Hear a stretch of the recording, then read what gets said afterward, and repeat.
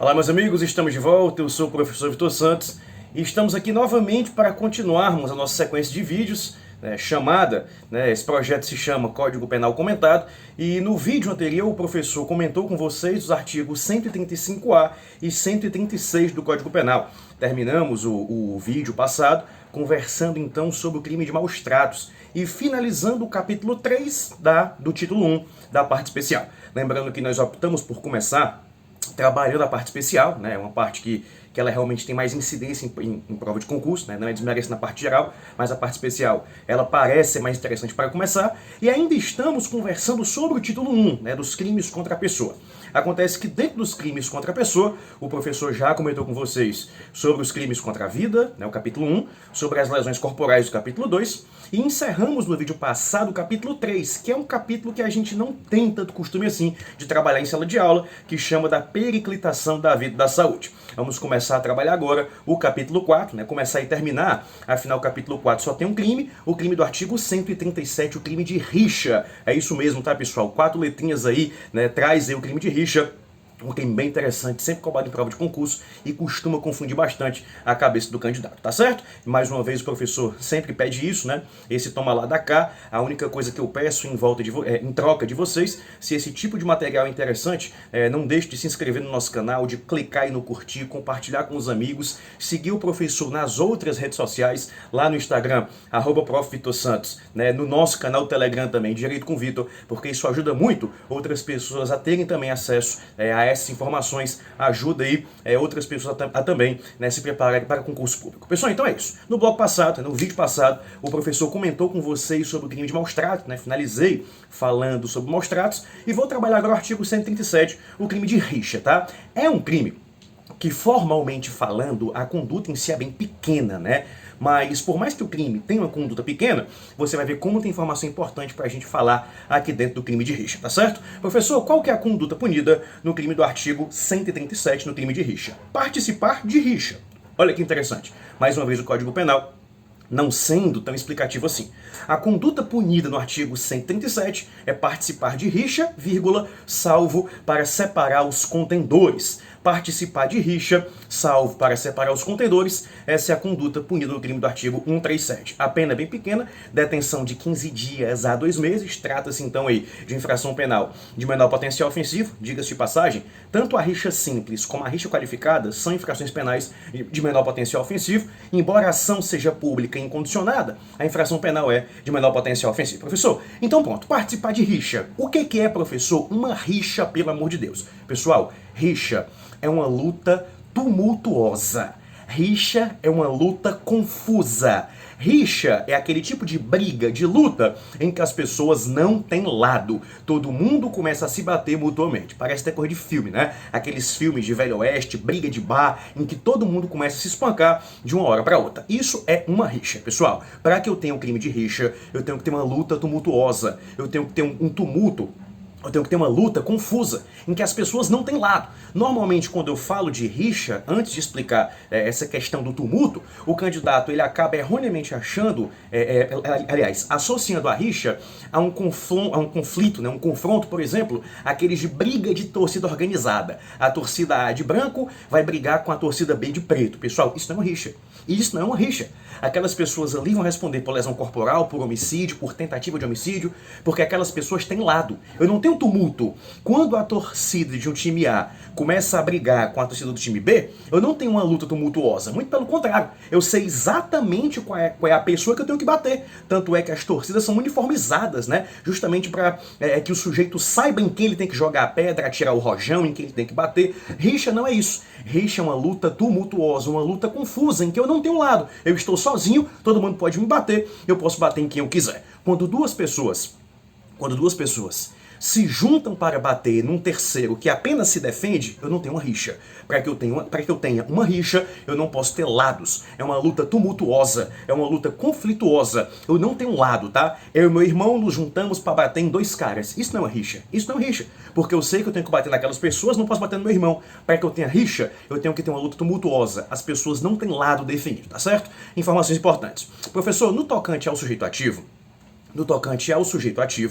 Embora o crime seja, né, um crime comum, né, pelo menos em tese, qualquer pessoa pode participar, né, qualquer um pode participar, eu tenho aqui um crime plurissubjetivo. Né? Nós estamos diante de um crime plurissubjetivo, também chamado de crime de concurso necessário, e segundo o professor Kleber Masson, um crime de condutas contrapostas. Como assim, professor? Primeiro, crime plurissubjetivo. O que isso quer dizer? Não dá para ter rixa com uma pessoa só. Isso é impossível. Não dá para ter rixa só com um rixoso, né? Para que eu tenha rixa, eu preciso de pelo menos 3 pessoas, tá? Embora o Código Penal ele não diga isso expressamente, essa é a posição da melhor doutrina. Puxa uma setinha da rixa aí no teu artigo 137 e coloca no mínimo 3 pessoas. Eu preciso de pelo menos 3 rixosos, tá? É isso que significa ser um crime plurissubjetivo ou um crime de concurso necessário. Não dá para ter rixa praticado por uma pessoa só. Eu preciso de pelo menos 3, anota isso daí.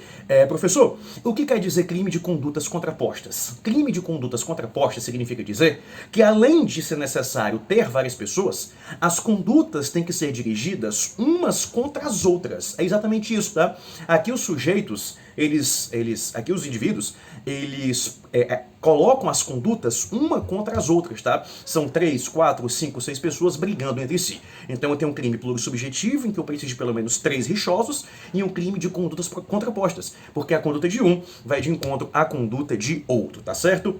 É um crime que, obviamente, ele só existe se praticado dolosamente, tá certo? O crime de rixa só existe se praticado dolosamente, e não existe rixa culposa, né? E a consumação se dá no momento em que começam as vias de fato ou as lesões corporais, tá? Momento ali que começa o empurra-empurra, começa o primeiro soco, começa a primeira cadeirada, né? Cadeirada, né? Nem sei se essa palavra existe. Começa ali a jogar pedras, começam ali, enfim, já começou o crime de rixa, tá certo? Então essa é a ideia de rixa. Imagina uma briga de bar, uma confusão, uma luta tumultuosa em que as pessoas não têm lado, pelo menos em tese, isso seria um crime de rixa. A grande polêmica desse crime, o grande pulo do gato, ele vem exatamente aqui. O crime de rixa, ele tem uma forma qualificada, né? Aliás, ele tem 2 formas qualificadas, né? Tem 2 qualificadoras. O que diz para nós, professor? O artigo 137, parágrafo único.